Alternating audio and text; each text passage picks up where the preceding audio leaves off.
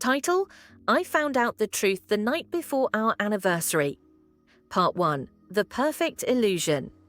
I used to think love was a choice, that if you chose someone, really chose them, then everything else would fall into place. My name is Emma Caldwell. I'm 38 years old, a freelance illustrator. I met Ryan when I was 25, a fresh graduate trying to pay rent with watercolor portraits and cheap wine commissions. He was 28, a financial consultant with ambition etched into his bones. Charming, grounded, the kind of man who made the world feel a little steadier. We got married 2 years later. It was small, intimate, in a garden strung with fairy lights and filled with the scent of lavender and late summer wine. Our vows were whispered between tears and smiles. I thought we meant every word. 15 years. We built a life. A daughter, Sophie, who became the center of our universe, a home, late-night kitchen dances, shared coffee cups, and silence. So much silence that I mistook it for peace. The first crack? It was barely noticeable, a new cologne, a smile that didn't quite reach his eyes. Business trips that multiplied like shadows. The man who used to forget his phone in every room now clutched it like oxygen.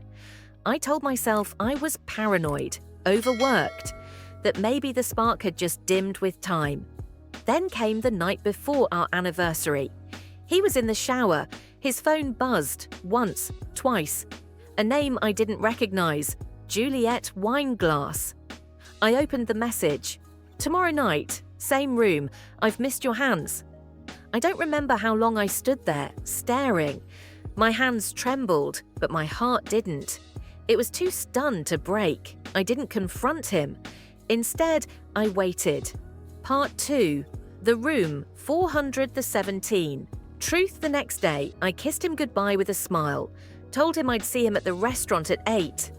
I love you, I said, and he replied too quickly. By 7:45, I was parked across the street from the Royal Monarch Hotel. At 8:02, I saw him walk in. Not alone. She was younger, taller, wearing a red dress that didn't try to hide a thing, and he held her hand the way he used to hold mine. I followed them in. Room 417. I stood outside the door long enough to hear them laugh. The sound of his voice, relaxed, real, alive. I had not heard that tone in months, not with me. I left without knocking. I drove home. I sat on our bed, and I cried, not for him, but for the years I spent silencing my own needs, for shrinking, for compromising, for choosing someone who stopped choosing me. That night, I packed a bag, and then I wrote a letter. Not to him, to Sophie. You will grow up and love people fiercely, my girl. But love isn't just giving.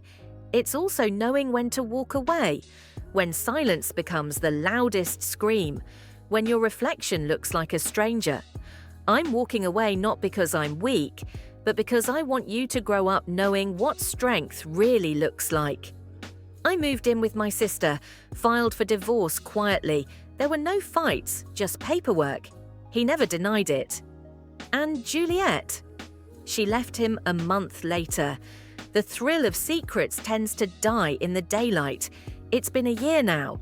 I see Sophie every weekend. I draw again, not for money, but for me.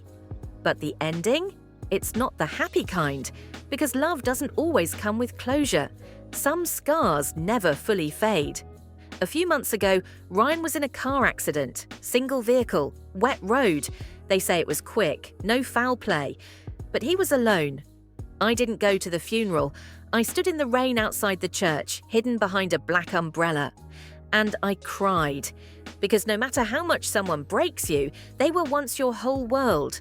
And losing them still feels like losing a part of yourself. Part 3. Grief in silence. They say grief comes in waves, but for me, it came in whispers. After Ryan's death, the world didn't pause. The coffee still brewed. Sophie still needed help with her homework. The sky still changed colors every evening, but something in me had shifted, cracked in a way no one could see. I thought leaving him was the hardest thing I'd ever do. I was wrong, because mourning someone who broke you is like grieving a ghost with your own fingerprints. The days after the funeral were a blur. Friends reached out gently. My sister tried to talk to me about closure. But how do you explain that your grief is not just for the man, it's for the years? The good ones, the bad ones, the almosts, the never-agains.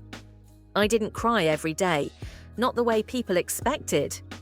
I cried when I found his favourite mug at the back of the cupboard. I cried when Sophie asked if Heaven had email because she still had things to say to her dad. And I cried when I dreamed about him. Not the betrayal, just the version of him that used to hold my hand like it meant something.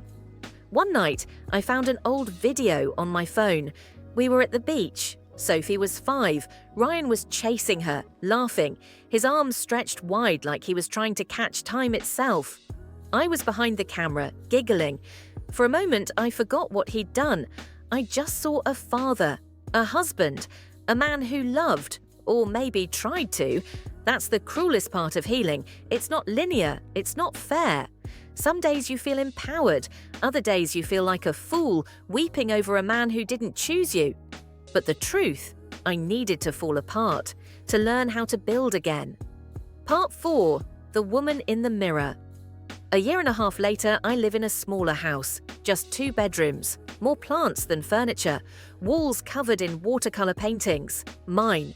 Sophie is thriving. She's growing into a woman I barely recognize. Bold, curious, kind. Sometimes I catch her watching me and I wonder what she sees. Does she see the woman who stayed too long or the one who finally left? I don't date much, not because I'm afraid, but because I'm learning how to enjoy my own company. I go to the movies alone now.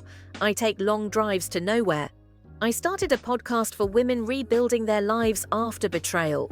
I called it Room 417 because sometimes the room where everything ends is the place where you're reborn. Every once in a while, I still think about Ryan, not with hate, not even with regret, just as a chapter that changed everything. I never got the apology I deserved, and maybe that's okay, because closure isn't something someone gives you, it's something you decide to take. And if you ask me now, are you happy? I'd say this: I'm not always happy, but I'm free, and that matters more,